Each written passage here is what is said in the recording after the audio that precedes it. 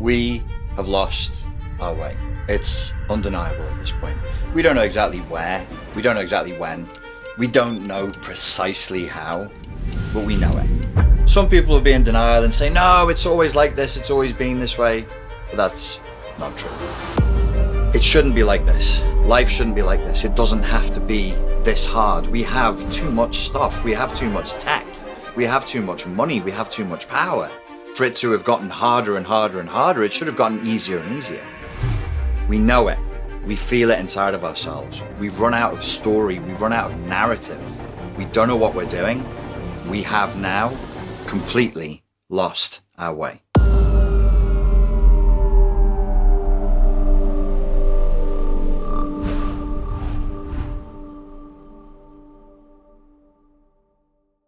I'm not sure that greed is good, but greed is. It's kind of a evolutionary software fault that humans have. We're stuck with it. It developed out of a positive drive. You should take more than you need. If you're going on a long journey and you don't know if there'll be food on the way, take food with you. If you don't know when your next meal is going to come, eat more than you need. Store it. Keep it in you. As above, so below. As within, so without. We store within our body extra energy that we don't burn up. And so we need to store food. We need to store resources. Then there's an impulse to take more than we need. And we call this greed. But I think it has a justifiable evolutionary drive. But that evolutionary hangover, that little human software fault that we've developed from evolving in extremely low resource and difficult environments, like all little human software faults, can be exploited. We're doing it to each other. We're doing it to ourselves because you can. And through exploiting other people's greed, you can feed your own desire for excess, your own hunger for more.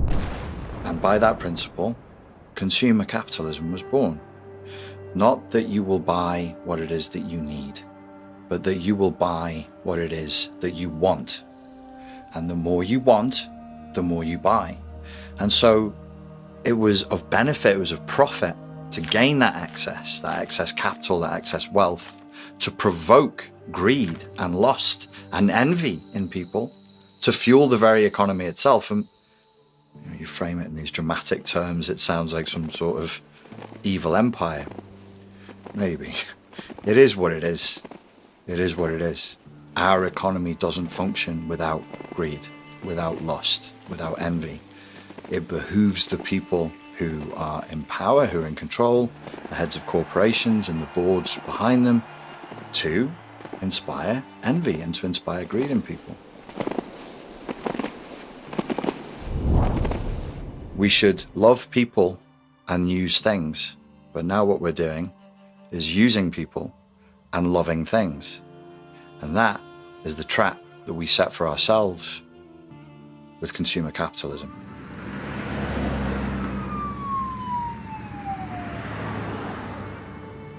You say consumer capitalism is ruining everything, but do you even have a solution? Well, there isn't really a fix for consumer capitalism because it's in everything we're doing. It's in everything we eat, everything we do, everything we think. It's just a major part of the system that we live inside of. It is the very essence of the matrix itself. So you could try and regulate it more, but of course, then you're going to face massive pushback from huge conglomerates and corporations because you're affecting their bottom line. They're addicted. The entire economy is now addicted to consumer capitalism. People need to buy cheap crap that was produced, almost slave labor essentially, in foreign countries in order for our economy to keep going. So you need a hard reset. They have the great reset. I propose the hard reset. And it would be painful. The economy would really, really struggle if you overnight took away any element of consumer capitalism. You're only going to have an economy where you can only buy the things that you need. Of all of the problems I have proposed, this would be the hardest one to fix at this point.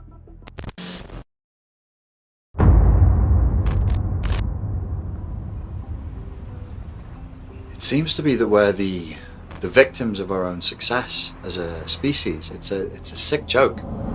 And when I was thinking about it, I was thinking, well, what's happened? What are we going through right now? We as a species are no longer a good evolutionary match for the environment that we've created. And what environment did we create? We created an environment that has technology in it.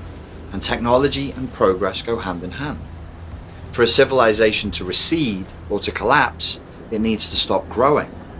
But civilizational growth, technology, progress all work together. So is it inevitable? So I had to ask myself a question. What is tech? Like, where does it begin? Are you going to cite the Industrial Revolution? Are you going to talk about the development of guns or swords? Where do you go? And I went all the way back and I was thinking, no, I think you have to look at Neanderthals and our cousins in the animal kingdom. If you're using a tool to get something done, that is tech. If you wear an animal skin to stay a little bit warmer, that's tech. Better tech, progress must be if the animal skin doesn't just keep you warm, it keeps you dry. And if it goes over more of your body and is more comfortable, that's technological progress. Then you accelerate that over a longer timeline and you have iPhones, you have people dopamine addicted to social media. It's inevitable and it's part of growth, it's part of progress, it's part of a civilizational and economic expanse that we've fallen prey to.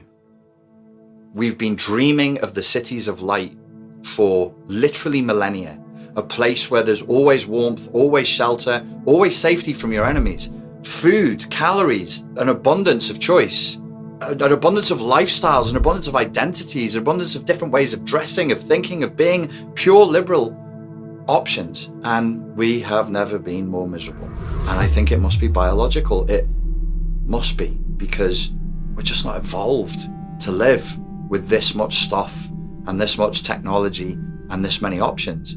Our evolutionary match is probably for something that is a little bit more restricted than this.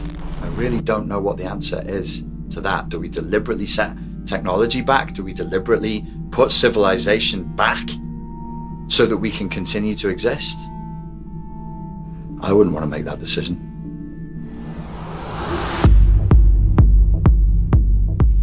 The way I try to make sense of this for myself is I try to think, okay, timeline of humanity. What was the environment that we evolved in? What were the environmental pressures that caused us to evolve in the way that we did, so that we have the behaviors and the inclinations that we do now? And I presume that if our behaviors and inclinations are a good match for the environment we have, then we experience, if not happiness, peace or contentment at least. And so I think, okay, so what were we for the longest period of time? How did we live before this? Because this thing of cities and houses is nothing. It's been here for the blink of an eye, maybe, I don't know, for most of us, 1,000 years, 2,000. Beginning of the agricultural revolution is what, 8,000, 10,000 years ago? All of this is new. Living on top of each other is new. Living inside of cities is new.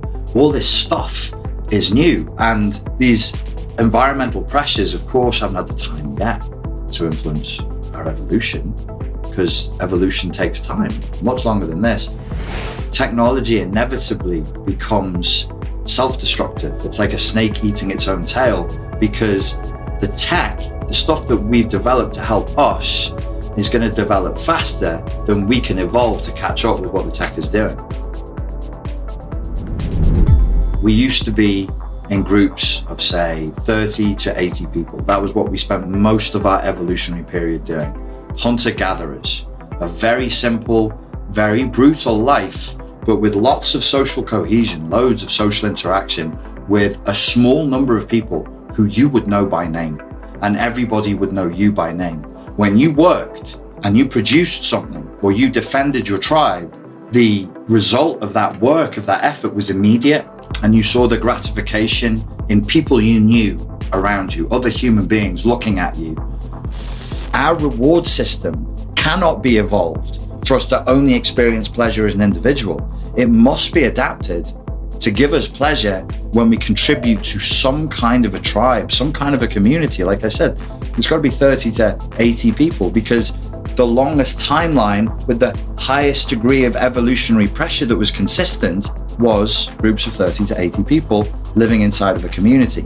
I do something for you, you do something for me, the community does something for me, and these are all people who I see the fruits of my labor. I see it. Either I'm enjoying it, or the people closest to me, the people who I depend upon for my survival, are enjoying it. And I have a reputation for that, and I have a name for that. And look at what we have today.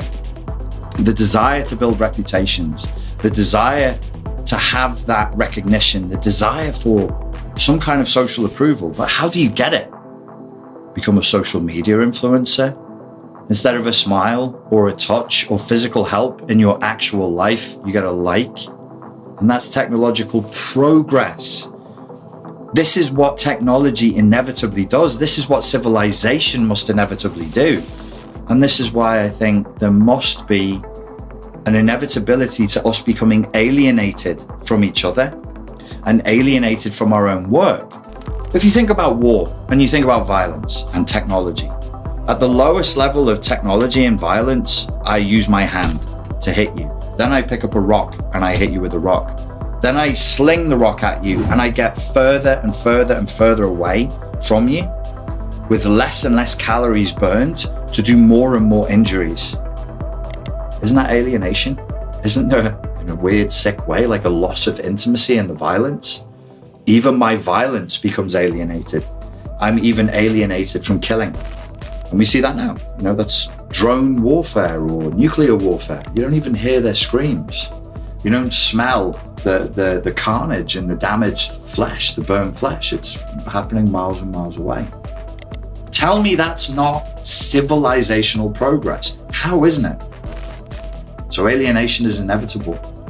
But what does alienation actually do to the individual and to the community? In the individual, alienation from your work and alienation from other people and alienation from your own actions, I claim, will breed the worst of the mental health issues that we see today. Rampant anxiety, huge amounts of body dysmorphia, rampant depression, narcissism and psychopathy, and huge amounts of emotional dysregulation across the board. I would ascribe the majority of that to alienation. Being alienated from each other is a physical problem, not a, don't get vague and wispy and think it's psychology, philosophy. No, this is physical. Your body responds to alienation in a bad way. It physically hurts to be separated from other human beings. We're not evolved for this. To be separated from your own work and the fruits of your labor physically causes pain. It will create anxiety, depression, and all rage even, all these other effects. Your perception's warping. And then you become obsessive and you have weird drives for other things like recognition. I want to be famous. I'm so invisible. I need to be seen. How do I get seen quickly? Maybe murder some people. It's horrible. It's barbaric. But if we look from that evolutionary point of view, a little dispassion, a little detachment, doesn't it make sense? Technology is too ingrained in our daily lives. It will be impossible to break away from it. Do you really have a solution? The solution to the problem of technology is tough because there isn't any way that you can restrict the use of technology without restricting progress and without restricting civilization itself. But I would argue that is something that we just have to do. And maybe it's a question of perspective. And maybe if we could universally agree, look, technology is wonderful. It does many amazing things for us, but it is an actual existential threat. The division and polarization it naturally and inevitably causes is an actual imminent threat today. And we just can't afford to have a freewheeling, completely liberal, do whatever you want with it attitude. We have to recognize it as powerful, a truly powerful force in the world. And as any powerful force, it can do good and it can do evil. We need to recognize it can do an awful lot of harm, as much harm as it does good. And as such, we should regulate it as much as we do anything else. I'm not for big government. I'm not for authoritarianism, but I really don't see how we stop the negative impact of technology without saying to people, look, you just can't use it the way that you've been used to using it in this unregulated, unrestricted way. It is harming you. It is harming the people around you. We have the data and the research and the statistics that prove that beyond a shadow of a doubt. We have to restrict and control and regulate its usage and its development at this point.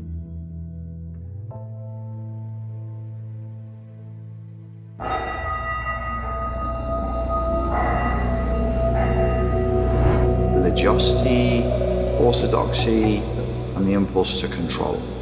Maybe these were good impulses. Maybe they're adaptive in evolutionary terms. If you believe in God, you believe in an orthodoxy, you practice what the rest of the tribe practices, there's probably better group cohesion.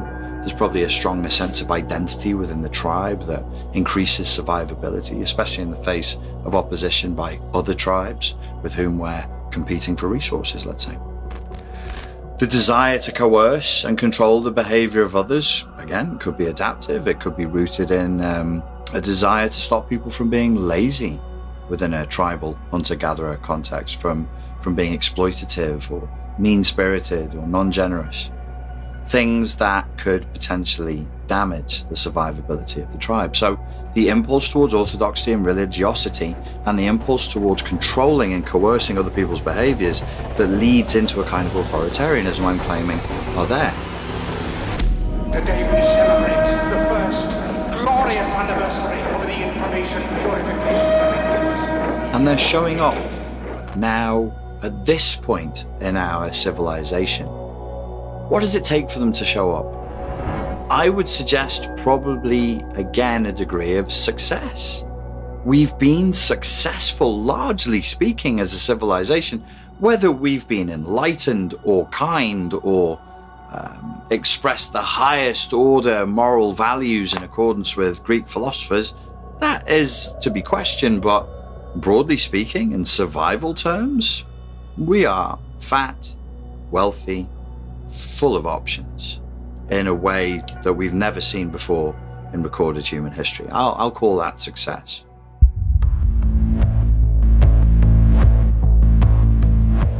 So I'm claiming that these impulses really can only start to show up and thrive in an environment where people have the time and the luxury for them to be exercised, because there's really no threat here.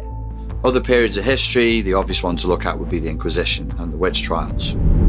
But we have to understand that the people of the time really naively and authentically believed that the people that they were denouncing and attacking and scapegoating actually were guilty of something. And if you look at the court records from those times, there is a worry that they're doing things that attack the community, such as driving pigs insane or spreading disease amongst cattle or doing things to make the wife of another farmer lust after you or after Satan. These are real things that are documented in the court documents that witches, both male and female, were accused of doing, tortured for, dunked, and ultimately killed, hanged, burned to death, you name it. Nowadays, there aren't the physical imprisonments and taking of people's property and absorbing it into the state or the church as it was back then, but the non-physical, scapegoating, vilifying, denouncing, the hysterical screeching, the desire to express one's individual rage and frustration from the safe confines of a mob. It's cowardly and sadistic and cruel, doesn't reflect the best in people, doesn't say anything nice about humanity, and yet it is. We see it, we're living with it. The impulses towards orthodoxy and the other impulses towards coercing and controlling the behavior of others, and as I say, these may be adaptive, they may be ultimately, in evolutionary terms, positive drives in terms of our survivability. Nowadays, though, they're little more than poison. They divide people, they polarize people, they make us lose our faith in each other. They've caused us to lose our faith in our institutions, even as our institutions delve deeper and deeper into this sort of ideological mass hysteria, where we become obsessed with crimes that were not considered crimes as recently as 5 years ago. And now they're crimes so severe that you can have jobs taken away from you and careers taken away from you. And there are people out there now working night and day to do exactly that to those who have been marked, identified sinners. They are to be punished. They are to be humiliated in the town square, hanged, drawn, and then quartered, albeit in cyberspace, albeit their reputation, not their bodies, that suffer this mortification and humiliation and destruction. Where this is going, I would suspect that as the purity tests develop along a timeline, they have to become stricter and stricter. And if you compare it to other ideological infections inside of civilizations, they tend to burn out. And you have two things. You're either going to end up with a population of potential targets who are no longer tolerant of this kind of ideological inquisition, or a diminished population, no more victims, and so the people who are running the orthodoxy have to turn on themselves. And we have seen multiple historical instances of this. The people who we face, who are ideologically infected in this current wave, are not tolerant. They are not patient. They are not reasonable. They are not kind. They are not rational. And they aren't actually largely interested in debate or reason. They're interested in power. They're interested in getting their way. We should recognize that and then become equally as intolerant of them as they are of us. They are very intolerant of their opponents. They will ride roughshod all over them to get what they want in the positions of power that they want them to be in. I don't see another solution. I don't think reasoning our way out of this is going to be the way. I don't think kindness, fawning, submission, negotiating is going to be the way. I think really it's just time to say no. We're not going to go along with what you're doing. These are not reasonable demands. We don't want to move back to racial segregation. Thank you. We've already run that experiment. We didn't like it, and that's why we got rid of it. We don't want to go back to rampant rank sexism. Thank you. We've spent thousands of years doing that. We didn't like it. It's strange, really, because civilizational progress brought us to this point, and it's almost as if covertly through the unconscious, this movement is an effort to take us back, but to take us back not to any of the good elements of our past, but to the darkest elements of our past, which rely on division, racial and ethnic and cultural and national division. If I'm going to be very charitable, I can say, okay, when I was a kid and I was at university, I agreed with many of these principles. And I would even say now as an adult, I would say on many of the things, I agree with the assessment of the problems that we face in culture. I agree with the way they view the world. And I agree with none of their proposed solutions. So they say, okay, here is a problem, here is a difficulty, here is a danger. And I say, you know what? I think you're right. That is a problem, that is a difficulty, that is a danger. I like inclusivity. I like fairness. I like justice. I don't like people being left out or bullied or targeted for anything. Sexual preference, lifestyle preferences, immutable characteristics like, I don't know, height, sex, ethnicity, things that you can't change. I don't like that either. But their solutions are insane. And their solutions are frequently racist and sexist and rooted in identity politics. I mean, I am guilty of original sin because I was born, because I had a certain genital shape, because I had a certain amount of melanin in my skin.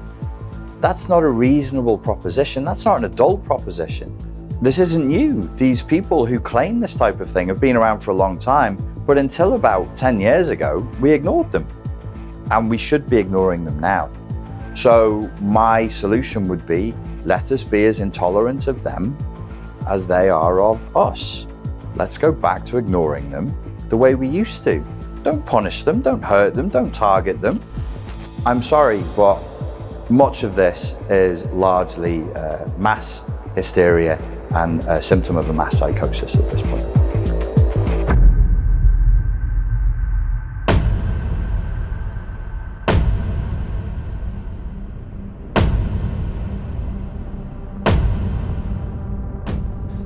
If you're asked to define masculinity as opposed to femininity, I would claim that you would find it a challenge to do that without referencing physical strength, brawn, and the capacity for raw physical violence.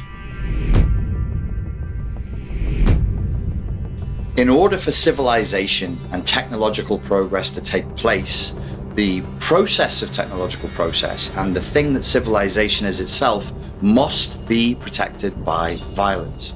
But because we can't, to a nuance, divide masculinity from the capacity for physical violence itself, I think what happens is we get to a point where we say, okay, civilization requires people to live on top of each other. We can't have psychopathic, barbaric warlords next door to people whilst they're trying to tend their gardens, because they'll do terrible things to them and it'll destroy the fabric of society. So at a certain point, we inevitably, I claim, are going to end up turning the volume down on masculinity itself in an effort to turn the volume down on violence. Now, if you look at the major world religions that we have today, I would say the most populous ones, the most powerful ones, they were all actually an effort to take us into that period from the hunter-gatherer phase into agriculture and to living in cities alongside each other in a way where violent men wouldn't take advantage over weaker men, women, and children. That's why the commandments are written the way they are. That's why if you look at the Egyptian Book of the Dead, your soul at the end of your life is judged in a way that stops violent men from using raw, muscular power to just take what they want from people.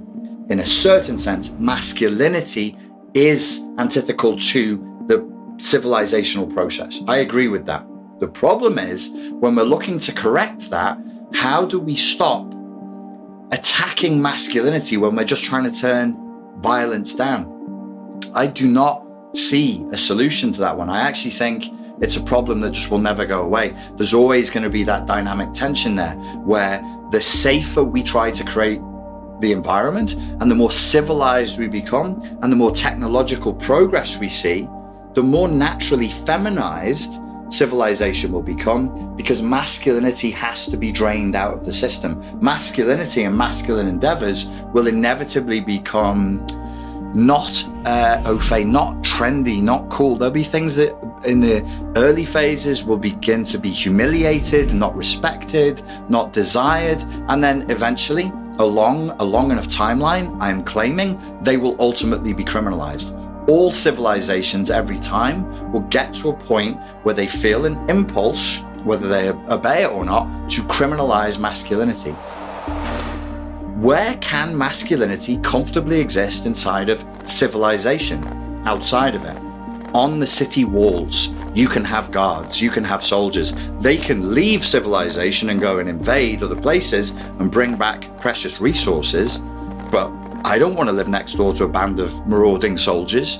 I'm sure you don't want to go to the supermarket and find active Vikings in there. Why would they queue? Why would they pay? Why would they obey any social constrictions whatsoever? They wouldn't. So they are actually the antithesis to civilization. The only secure and comfortable place for raw, authentic masculinity, I'm claiming, is outside of civilization. It is a problem that we certainly haven't even begun to address properly yet, let alone begin to solve. Masculinity is outdated and is the source of all modern-day problems. How could you say otherwise? Well, masculinity was a problem if you were suffering physical violence at the hands of men who wanted to take your life or your things or your land.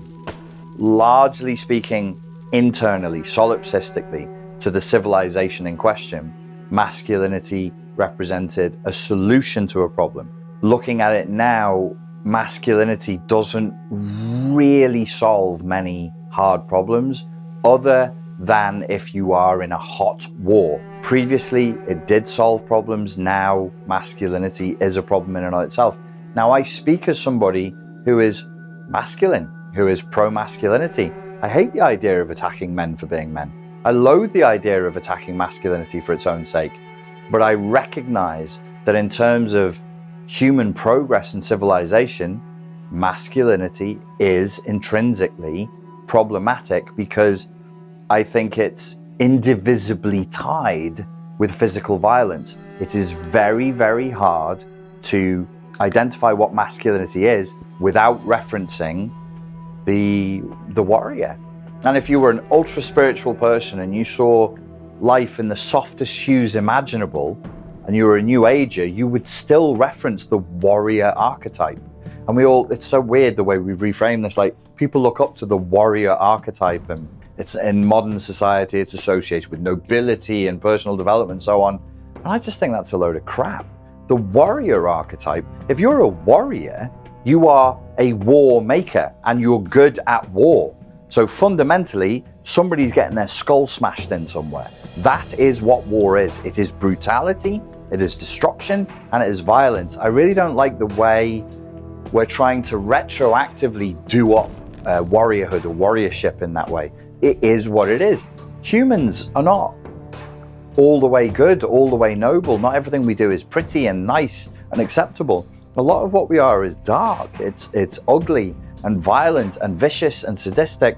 At the end of the day, if you want more people inside of your civilization, if you want to repopulate because people die, you need feminine women, masculine men who exist on a sexual polarity to come together in heterosexual union to have sex, to put sperm into egg, to make more people.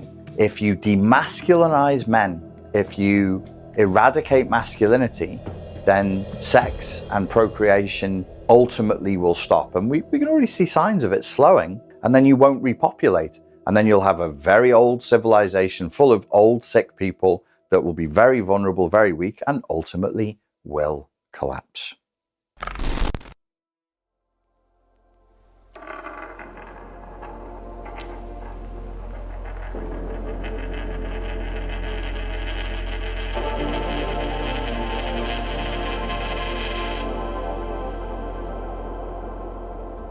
So as we move into the cities, we have more and more stuff and consumer capitalism takes hold.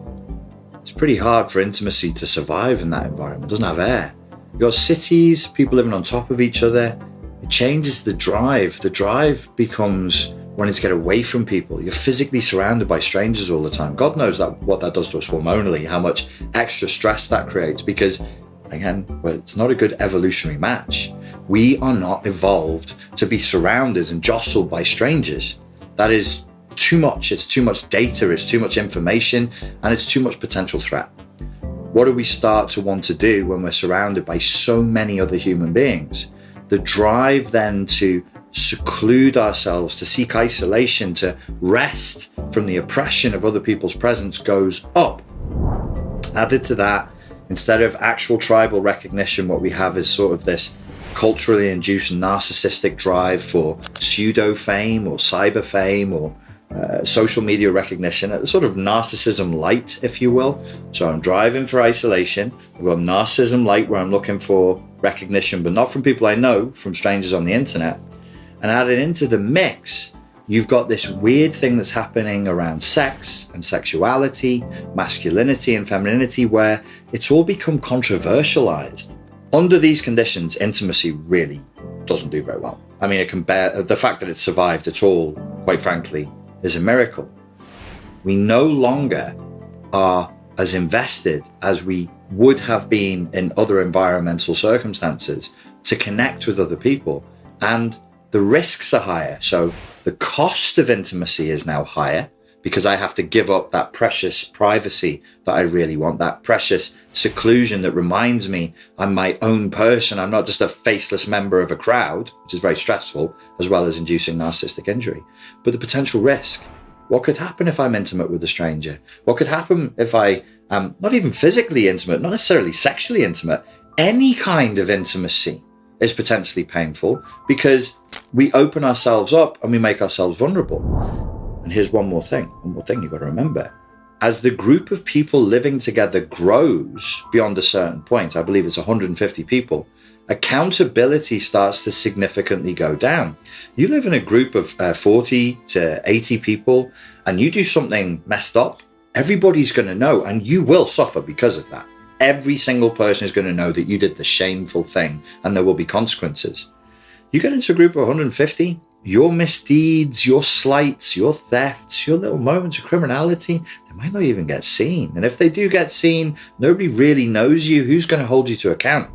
You take that to 1,500 people, 15,000 people, 150,000 people. The chances of you getting even caught go down and down and down, and accountability becomes almost non-existent. What we rely on in the modern world for accountability is a bureaucratic, government-run police force to come and find you long after the misdeed, whatever it was, has happened. And hopefully we have enough evidence or witness accounts to throw you into a very lengthy, very unwieldy court process to try and deliver some sort of state-mandated justice. It's alienation again.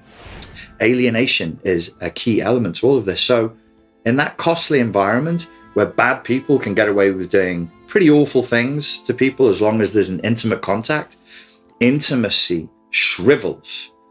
And the final thing that's added into that mix is that we're being culturally indoctrinated because of consumer capitalism to love things and use people.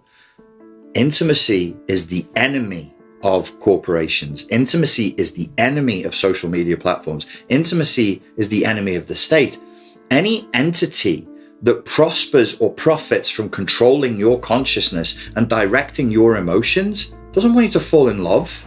I don't want you in love, having a picnic, a cheap picnic, by the way, a non-expensive picnic down by some place of natural beauty and just enjoying conversation. I can't tax your conversation. I can't tax you feeding the ducks. I can't tax you having a nice little giggle with your partner out there in the sunshine. That's of no use to me whatsoever. I need your eyeballs on the screen so I can get more advertisers invested. I need your mind being controlled by whatever news stories, propaganda, essentially, that I'm pumping out so I can get you to vote the right way and feel the right way about the right issues. I need your consciousness being consumed with envy and greed so that you buy my car that I've built, or the sneakers that I built for you, or this expensive perfume that you need to have because it's identified with some other cultural icon whose fame you would like to share a part of. It's madness inducing. It's psychosis inducing. It induces loneliness, a fear of intimacy, a desire to escape from people and to escape into a sort of consumerist, individualist, pleasure-seeking narcissism. Why? Because we're so miserable, we're so wretched, we feel so bad inside of our own bodies, inside of our own emotions and our own physiological systems, that we think the only way out is to buy more stuff, get more likes, or jump on the next social activism campaign. It's a mess.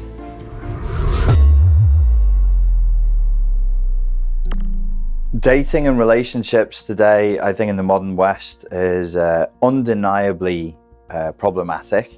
There are people who say, oh, it's all a trend, it's not that big of a deal. No, it's that big of a deal. We're in a real crisis as far as this goes. You are going to run into problems. With the best of intentions, you're going to run into problems. I think because intimacy itself is now a controversialized subject, as are gender roles, as is sexuality, as is simply being in a relationship. And it doesn't matter how you identify, it doesn't matter your sexuality, it doesn't matter if you're straight or gay or queer or trans, you are going to have problems. We live in an intimacy adverse culture. At an individual level, I would say we have to recognize that. We have to develop a philosophy to deal with the incredibly painful reality that we're living in right now, which is that intimacy in relationships has never been harder any other time in recorded human history. We really must remove sexism. We really must train people away from prejudicial thinking. We need to encourage people not to be exploitative. We've got to get back to a sense of awe and respect and reverence for life, for ourselves and for other people, and to recognize, hey, that person I'm doing this to, they also have a will, they also have a heart, they also have feelings, they have hopes and dreams. I have no right to treat people like this. Just because legally you can, doesn't mean morally you should.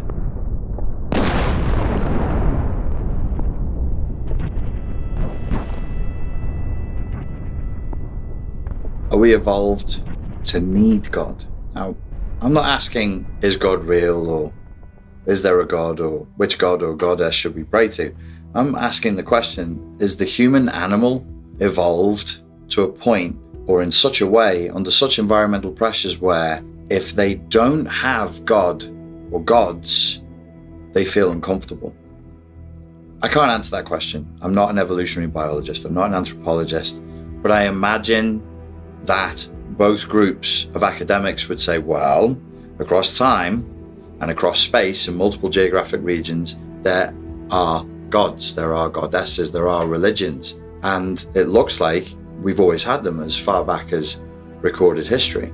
Usually, if you were a historian that would record history and you were a person who'd been educated and trained to read and write, that would be tied up within your religious beliefs and your religious practices too. In the same way that technology is an intrinsic part of civilization, perhaps we could posit that religion and religiosity, the religious impulse, the spiritual impulse, has also been an intrinsic part of civilization. When we were talking about masculinity, you could even say, look at some of the religious ideals, some of the religious archetypes. Are they not gods that watch over and direct the behavior of potential warriors or even warlords who are trying to live a civilized life, who are trying to control their impulses to rape, pillage, and steal other people's property? If the human animal does have a religious impulse, and if we're evolved to have religion and spirituality, what impact would it have if we go through a collective enlightenment and say, well, we're now only going to use reason and science, and we're going to adopt a purely mechanistic worldview, and we're going to lose God? Now, on the one hand, you might say, well, that means we're losing patriarchal, dictatorial, top-down authoritarian structure that delivers superego injunctions. Thou shalt do the sacred thing. Thou shalt not do the sin. Yes, maybe. Don't we also lose a connection to the infinite? Don't we also lose a connection to a sense of the divine and awe and mystery? If we have a purely Western mechanistic view of ourselves and our bodies, doesn't it also move us towards more and more consumer capitalism? If I'm flesh and not spirit, if I'm just a being who has, 75 years on the planet and then nothing, doesn't it make sense for me to consume as much as possible, to aggrandize myself as much as possible, to pleasure myself as much as possible? Food, sex, wealth, narcissism, expressions of power, because this is all I have. I have 75 years to make it as big as I can, enjoy as much as I can, and it's finite. And if I, look at myself, I'm basically deteriorating stock. It's not going to go anywhere. Once it's done, and it had no meaning anyway. So why have a morality? Why have a drive to help others or charity or anything else? And I've heard arguments from the other side where atheists will say, well, no, you should do it because it's the right thing to do or it's the moral thing to do. And I say, that's absolutely fine. I hear your arguments and they're sound arguments. I largely agree with them. And yet, if we are evolved to have gods and goddesses and now we don't, what is the consequence? So I've mentioned one of them. What's at the top? What's the overriding reason? What's the meaning? What's the structure? Nothing? The all-seeing eye of the Illuminati? Money? Really, how do we answer these questions? How do we answer the question, what is life for? How do we answer the question, why are we here? How do we answer the question, how should I live? I'm not saying let's go back to old religions, and I'm not absolving religions of the multiple sins that they are clearly guilty of, or at least the men, the women, the human beings in positions of power who exploited religious doctrine and dogma to fulfill narcissistic, psychopathic ends. What I am saying is probably believing that we're only flesh is a pretty depressing and anxiety-inducing perspective. It's a pretty dark and inherently nihilistic position to adopt. Maybe if we begin by saying, look, there's no reason for us to believe in a punishing or rewarding sky daddy that exists outside somewhere in heaven or space who's watching over us and punishing us or rewarding us depending on how many times a day we pray to him or notice him or offer him narcissistic supply. Maybe it's enough to just say, okay, we don't know why we're here, and just bring that to the center of the conversation for a minute. There's so much we don't know. Science has taught us wonderful things and continues to and will continue to, but there's an awful lot it can't answer. And in the face of that, not to reject narcissism, which is unnecessary, but to embrace humility, embrace awe, embrace a sense of respect for the world that we did not create and that we do not fully understand and that perhaps we're never going to fully understand. And from that position to behave with a degree of humility, a degree of openness and uncertainty, respect for others, respect for the world that we're living in, respect for life itself, for creation itself, and to be impressed, to experience awe, to look around and say, this is pretty amazing, actually. Being alive now is a gift. This body, this moment, the people around me, the stars, the mountains, the seas, incredible, wonderful. I can appreciate that. And I don't have to keep putting myself, my priorities, my pleasures, my drives, my wants at the top of the pyramid of priority. A sense of the divine and the capacity to have awe for that which is, and to connect for that which is non-material, to try and connect to the infinite, to those things that existed long before we did, and to those parts of reality that will exist long after we're gone.